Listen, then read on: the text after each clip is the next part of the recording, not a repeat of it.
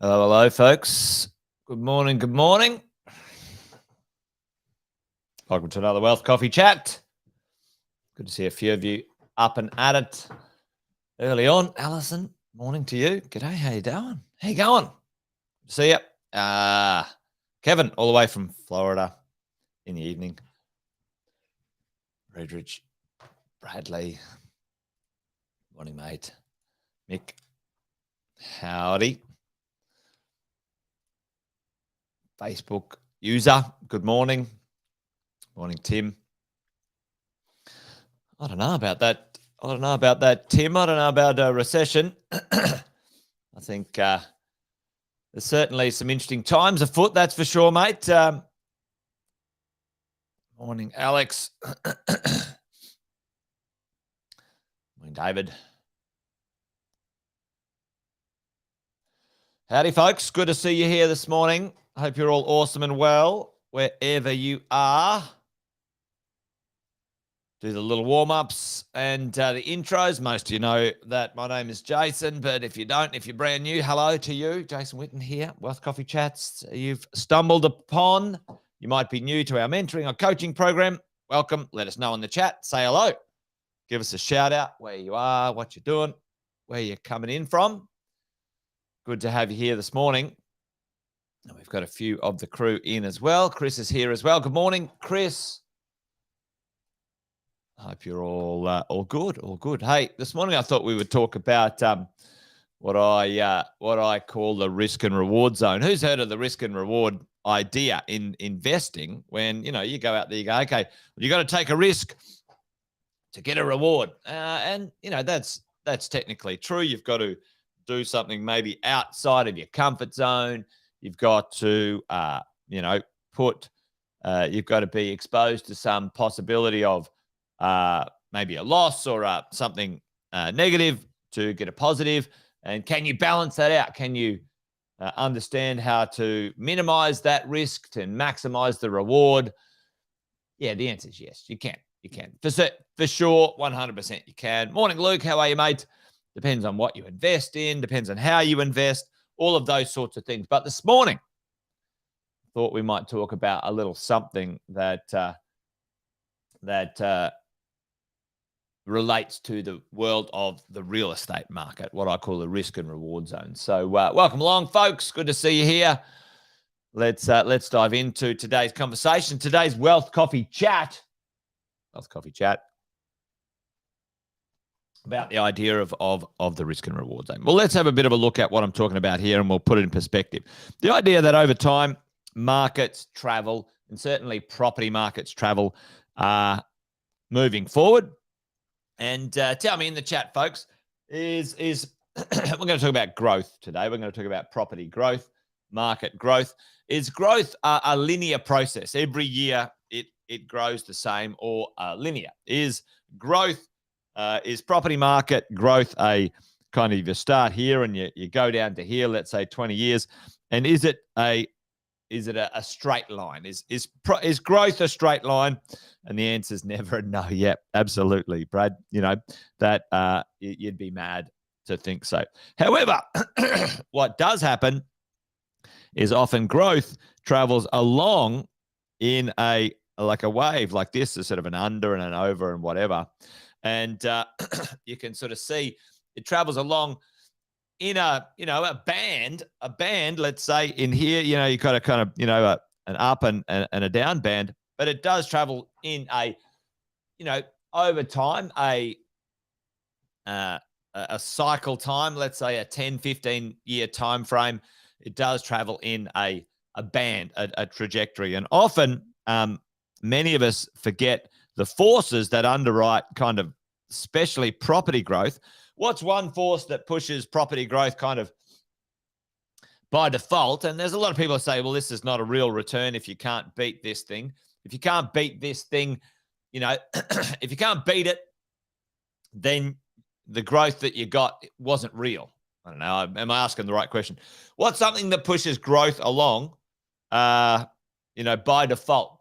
And it pushes growth along in all sorts of places. And we've had a bit of an issue with it of recent times. It's been higher than we wanted it to be. And that's why the interest rates have gone up. You know what? Yeah, takes the scenic route. Yeah, definitely, Alison. Takes the scenic route. Yep, often does, totally. Yep. Sort of up, sideways, et cetera, et cetera. And David's on it. Like annual inflation, average annual inflation, right? So inflation pushes things along and sort of has this underlying base of kind of like, all right, well, by and large, last year or the year before it cost X amount to build a property. And now it costs X amount. It costs more this year to do the same thing as last year.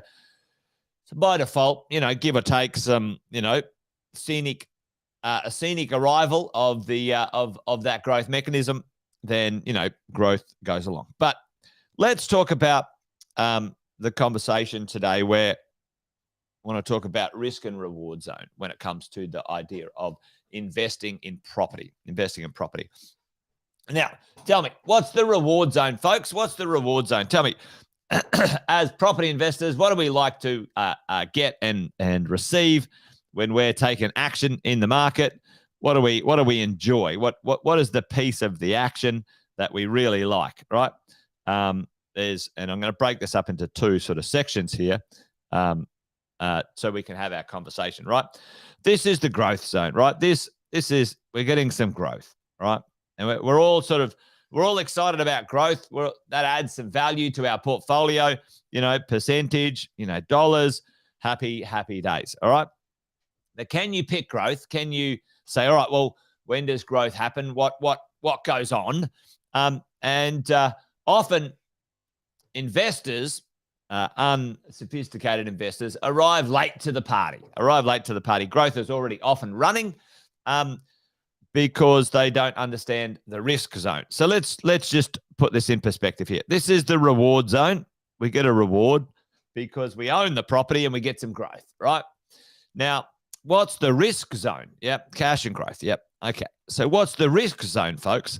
The risk zone is here. And often, for my experience, sitting down with property investors, we don't understand the risk zone as we go along. So we've gone through a risk zone just recently, and there is risk zones in real estate and reward zones in real estate, or time frame. There's a time frame of risk and there's a time frame of reward often. And for me, for you, I've always seen. Now, this is not a forever statement, but it's pretty accurate. After some risk in the game of real estate, I have always seen some reward come, which is growth in property values, right? So when do we get involved? The conversation today is about the timing, and what do they say? There's a saying, if you try to pick the bottom of the market, all you end up with is a smelly finger. It's not a very PC joke, but anyway, that's true. You're going to try and pick the bottom of the market. Try and pick the bottom of the market is no good.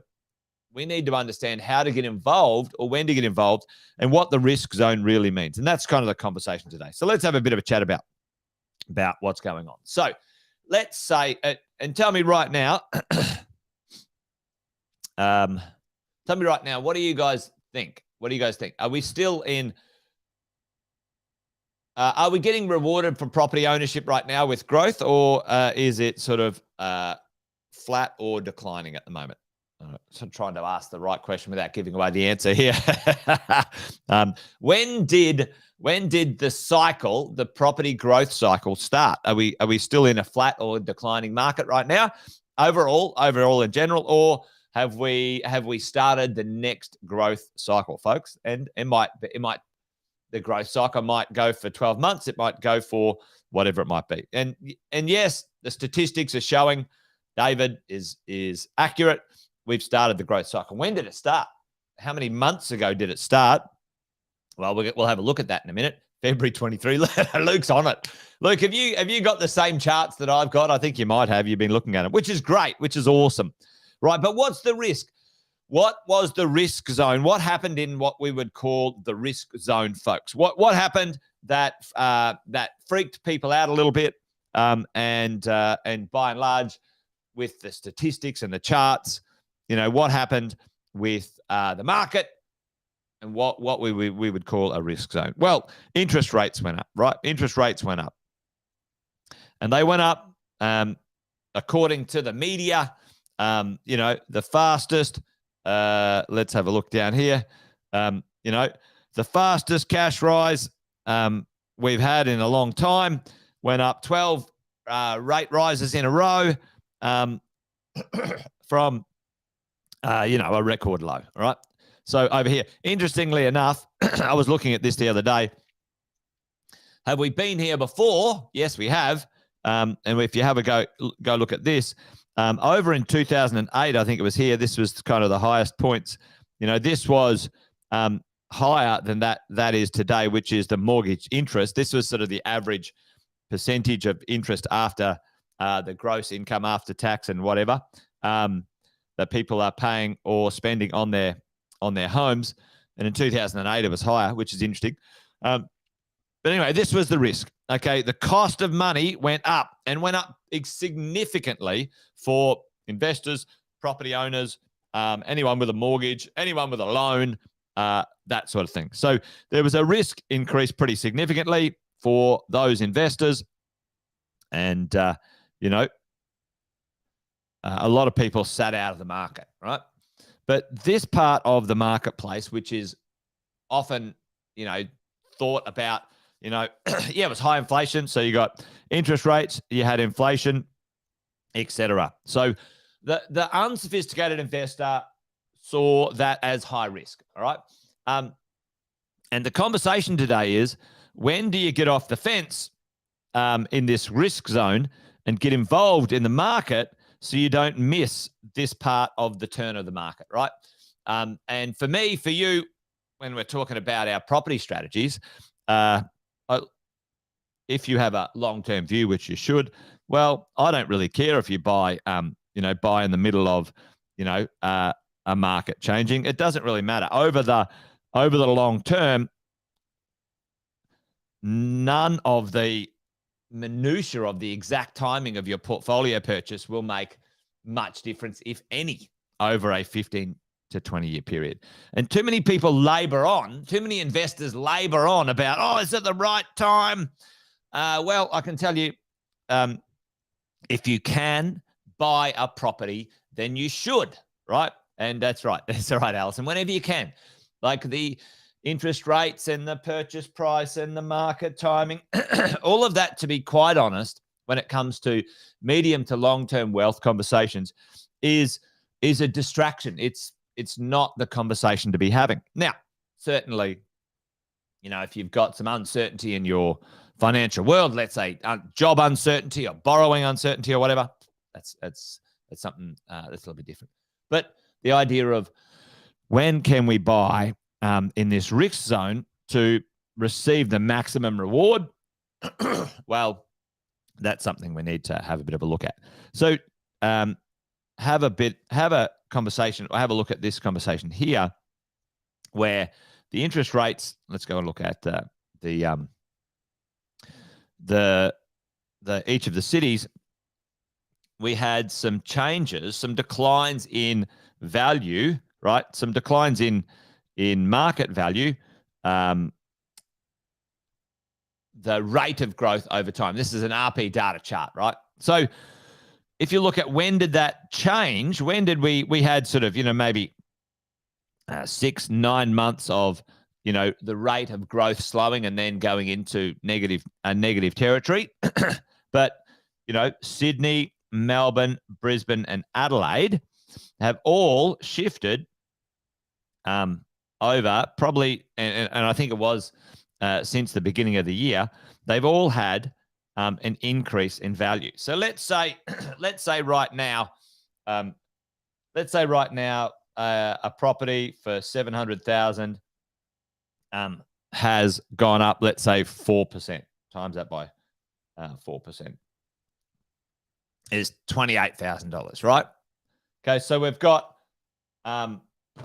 we've got growth already happening under our noses, right? So for many property investors, they're still sitting around going, oh, well, interest rates are too high.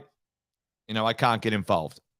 And so when do we enter that market and start to get the reward zone is the conversation. Do we wait till it sort of, peaks out and peters out, or do we wait, or do we just, get going in the middle of that risk zone reward? And the answer is get going whenever you can, really, at the end of the day, because these things are things you can't control, right? As a property investor, if you can buy that property, you should, when it comes to understanding your profile, your ability to borrow, getting involved in the marketplace, right?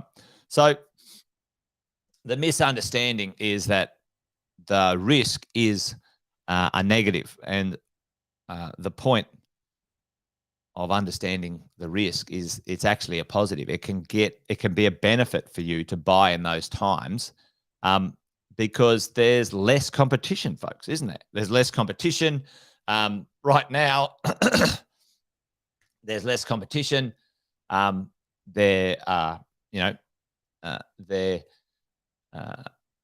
borrowing and the marketplace is excluding a lot of people, either specifically because they can't afford to buy the property, or because their emotional, mental capacity can't handle what is a perceived risk, which will change pretty quickly in the coming little bits. There's lots going in the positive right now, which cancel out the risk zone, right? We all know that. We've got, an undersupply significantly. We've got population growth from immigration, coming in, thick and fast when it comes to the number of people entering the country. We've got rents going up. We've got capital growth kicking off again in general across, slowly across the country. The quality of the quality of properties out there is a little bit thin as well, and that's creating more and more competition. Prices are going up. You're seeing clearance rates stay high, 70-80% across the auction cities. So, yes, interest rates are high. However, we all know that the other things that are more important than that perceived risk are going to outweigh that. And we all know that the interest rates will change very soon in the next little bit. Let's say by middle of 24, interest rates go down. So if you're in place, then you're going to be winning before everyone else. Anyway, there you go. A little bit of an idea of what is a risk and what is a reward. If we want the reward, if we want the upside here, undo that. If we want the reward as an investor, then we need to understand when to get involved, and it is often in the risk zone when there's less competition, when you get the best price, when there's less buyers out there, and you get to ride the full reward rather than try and buy halfway up the reward, halfway up the growth cycle, and maybe pay more than you should have. Anyway, there you go. Wealth Coffee Chat done and dusted today. How do you like that drawing? It looks a little bit messy. Hope you understood the understood the idea. Anyway, there you go, folks. That's it. Wealth Coffee Chat done and dusted today. Give us a shout out in the chat if you've got anything you want me to cover one of these days. Always read the comments afterwards as well. And join me tomorrow for another one. We'll do another one tomorrow. There we go. Tomorrow, 8:10. Always happens. Or mostly happens anyway. Thanks for joining me this morning, folks. That's it from me. I'm just rabbiting on now. You guys take care. Bye for now.